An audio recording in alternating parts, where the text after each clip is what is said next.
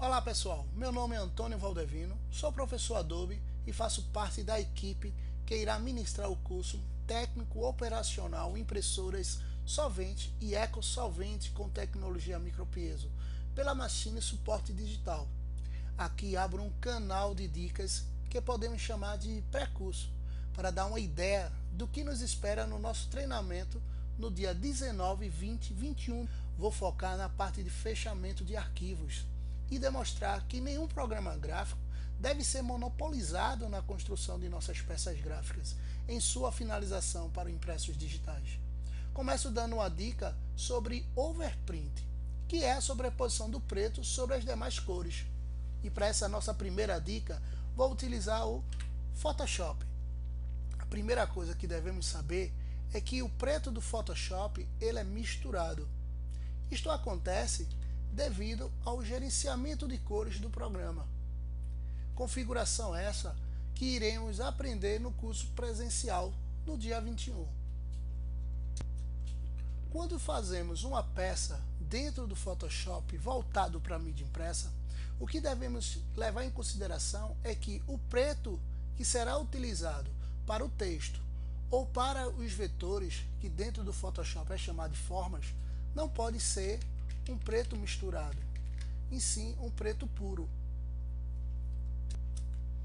Como acontece nos outros programas gráficos, como CorelDRAW, Illustrator, InDesign, o Quark Express.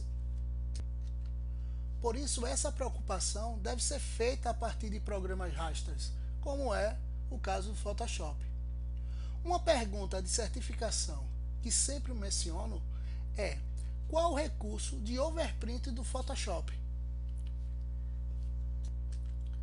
A resposta está dentro dos efeitos de camadas, aqueles efeitos que utilizam sombra como referência. Por exemplo, no nosso caso da nossa peça, temos as palavras Vila Espanhola. Nessa frase foi aplicada um efeito de sombra. Perceba que esse efeito de sombra ele tem a cor preta com o modo de mesclagem de multiplicação. O que ocorre também, se vocês perceberem no Photoshop de vocês, em efeitos como o Chamfer Tile, que utiliza a sombra como referência, também o modo de mesclagem multiplicação, o sombra interna, todos aqueles efeitos que utilizar o preto como referência, ele vai usar o modo de mesclagem multiplicação. Então, para a nossa pergunta, a resposta é que o overprint do Photoshop é o modo de mesclagem multiplicação. Vamos ver por quê. O que acontece quando é utilizado o multiplicação? Percebam que aqui eu tenho três círculos que estão representando o amarelo, o ciano e o magenta, né? Onde eu vou mostrar o sistema de síntese subtrativa e aditiva, né?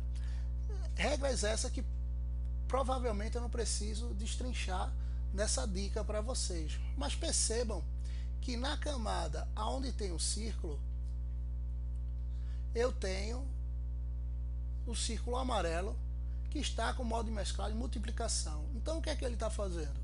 Ele está misturando a camada do círculo com as suas devidas camadas que estão por trás dela, no caso do magenta e do ciano.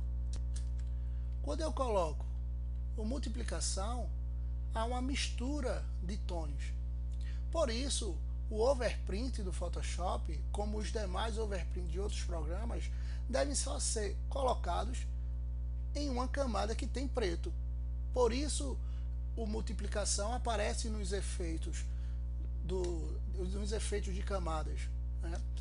O que pode ocorrer também é que eu perceba que na palavra Vila Espanhola ela tem na palavra vila o ciano e na palavra espanhola o magenta. Se eu colocar na camada Vila Espanhola o multiplicação, a palavra vila fica verde e a palavra espanhola vermelha, porque a camada de suas cores misturou com a camada que está atrás. Agora, caso eu tivesse colocado preto nessa camada, ela deveria ter o multiplicação. Isto acontece, vamos ver de forma técnica.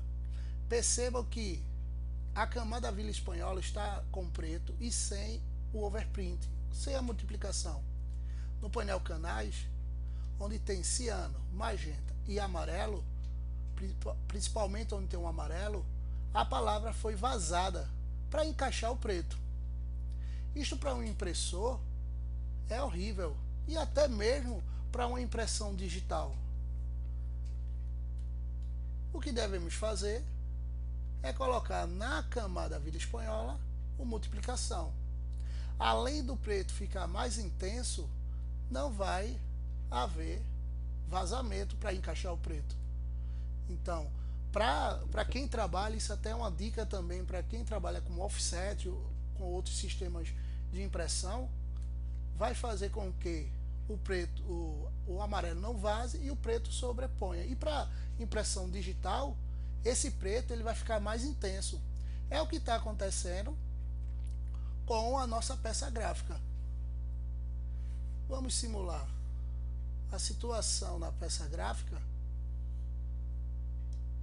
fazendo com que na palavra Vila Espanhola, aonde tem a sombra, vamos ver o que aconteceria se dentro da sombra, eu vou deixar ela um pouco mais intensa e vamos deixar normal.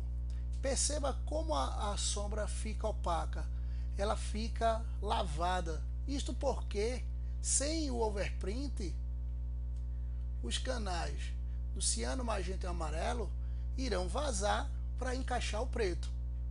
Como o preto, a sombra simula uma gradação, simula o cinza que será impresso no vazado branco, ele ficará com essa tonalidade acinzentada, lavada, algo que não é tão agradável. Agora, se eu vou dentro do efeito e coloco multiplicação, eu percebo que para impressão digital ideal, porque a sombra pegará mais volume, né? E para quem trabalha com impressão offset, por exemplo, o ciano, magenta e amarelo não vazará. E sabemos que isso para o impressor é ideal. Mas para quem trabalha com impressão digital, teremos uma sombra ou um preto com mais nuance, com mais detalhes. Isso eu posso também, dentro da sombra, colocar um calço, para que esse preto ele fique com mais volume. Para quem trabalha com offset, esses valores devem ir como calço até 30, é o ideal. Mas já que trabalhando com impressão digital, podemos exagerar um pouco nessa cor. Vejam como ficou mais intenso a nossa sombra. Então essa é a nossa dica, essa é a nossa primeira dica para esse nosso canal pré-curso. Espero que vocês tenham gostado e conto com a presença de todos. Um abraço.